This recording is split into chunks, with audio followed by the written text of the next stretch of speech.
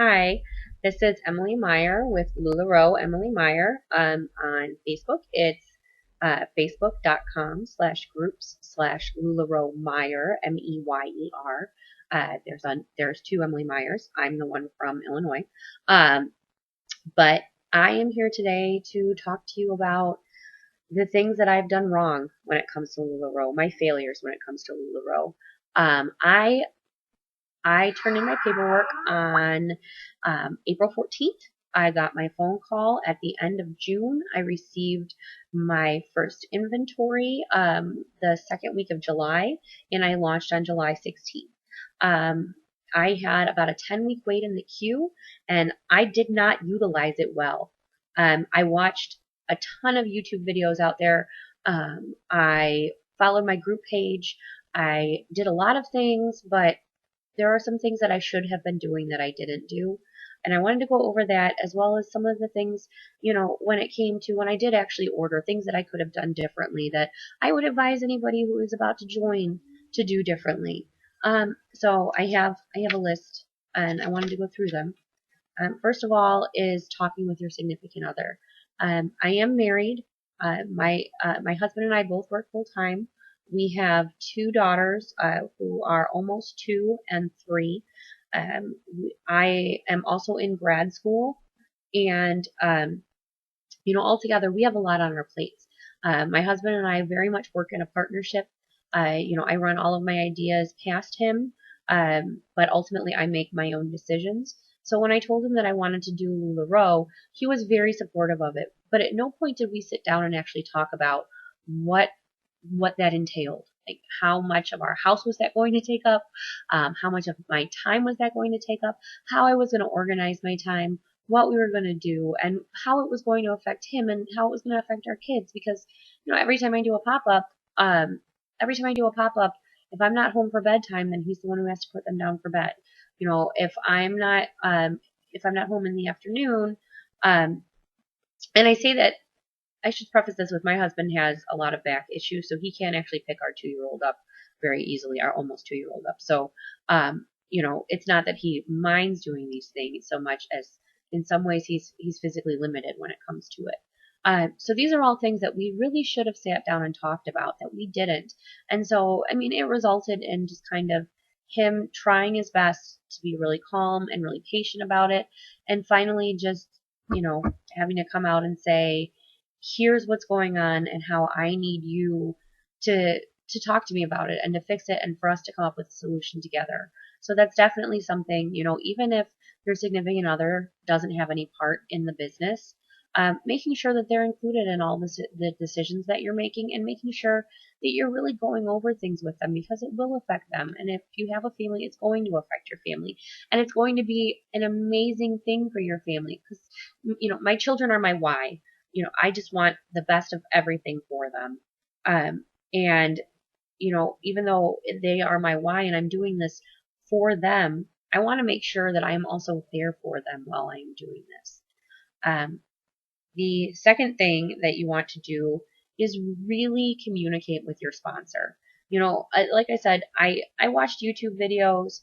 I communicated a lot on Facebook with other people. My sponsor is wonderful, and she reached out to me all the time to ask me if I had any questions or if there was any way that she could help. And I always be like, no, I'm good. No, no. There were so many things that I should have been asking her.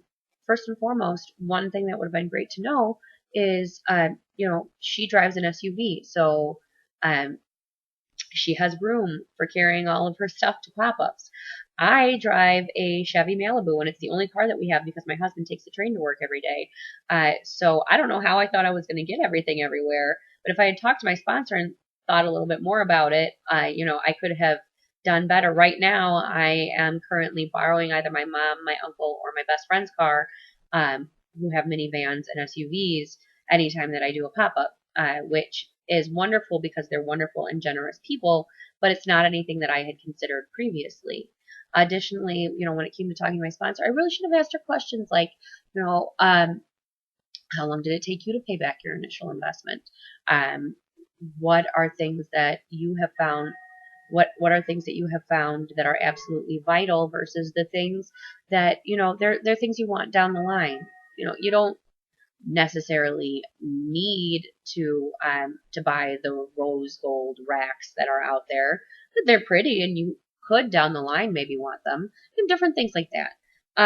When it came to my sponsor, I should have absolutely gone to more of her pop-ups to get really a feel for how she did things. I went to one pop-up and I was like, oh, she just, she's good. She's got all these people here. There's nothing else that she needs to do.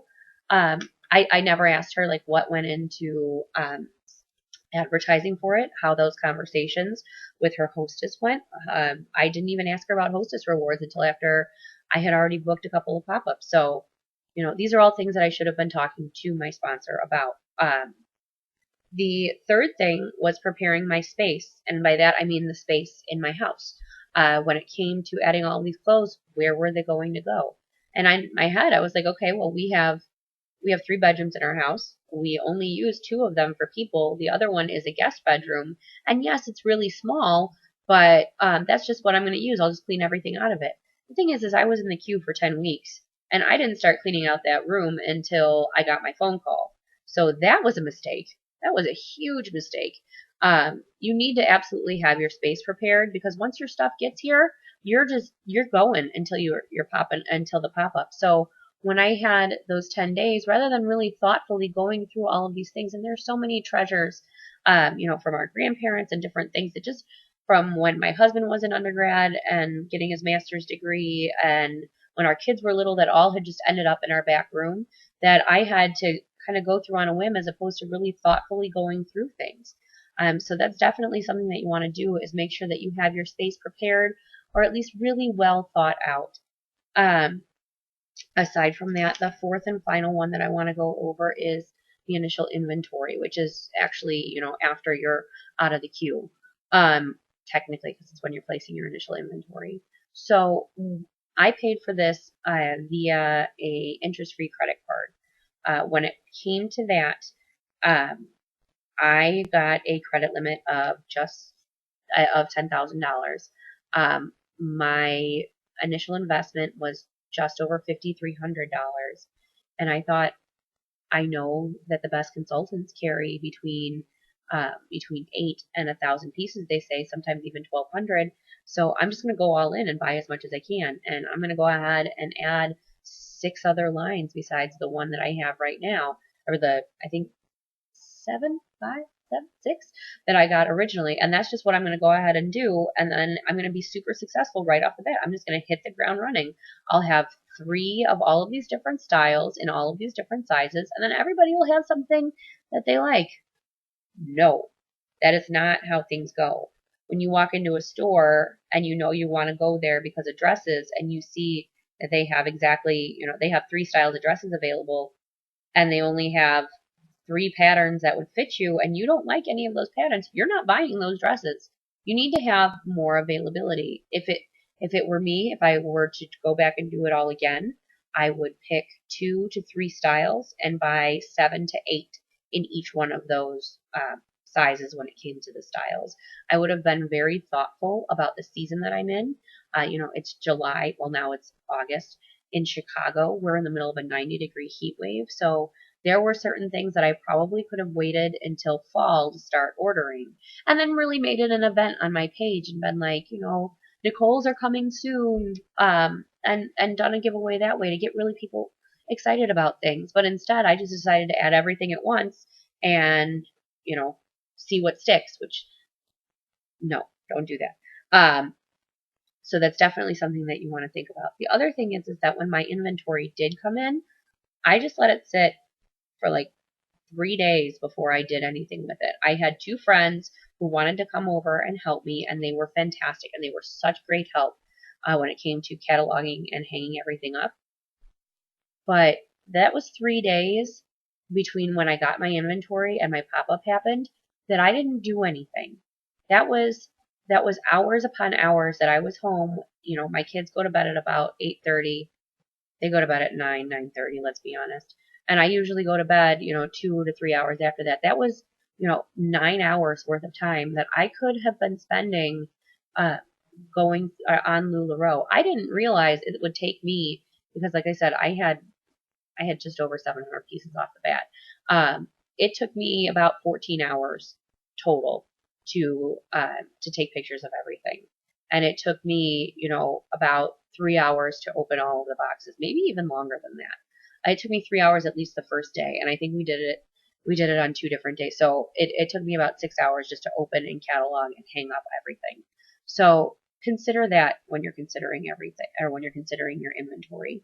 When it comes to ordering, consider the fact that you're taking all this stuff with you to pop up. So yes, you might have the budget where you're able to order a lot more ahead of time. But if I had started out with, 500 pieces instead of 700, then I could have built my way up, and I could have really known, how I could have basically established a flow of, this is how I package everything up. This is how it fits in my car. This is how it fits in whomever's car. And this is how we take it down at a site. And then adding 1 to 2 IKEA bags worth of stuff, per month wouldn't have been such a shock to the system. On one hand, my arms are going to look amazing. On the other hand, this was really a learning curve for me. So overall, those are things that I really want people to consider when they are going to join LuLaRoe. It's completely honest with you. When it comes to all the ways that I really think that I could have done better, and ways that I like to think that I've learned from and that I will do better in the future. The final thing that I did want to talk about was, like I said, I'm almost a month in. I launched on the 16th. Today is the 11th, right? The 11th? Yes, the 11th of August. So just under a month in. And I actually went on vacation for 9 days in the middle of that. Because it's just the way things turned out. We had that vacation planned for 9 months. There was no way I wasn't going to go on it. So altogether, with just over 2.5 weeks worth of selling, I have made $5,840 back. So that is amazing. Of that money, I spent just over $3,000 of that purchasing new inventory. I have put away 30% of those proceeds to taxes. So altogether, I have paid just over just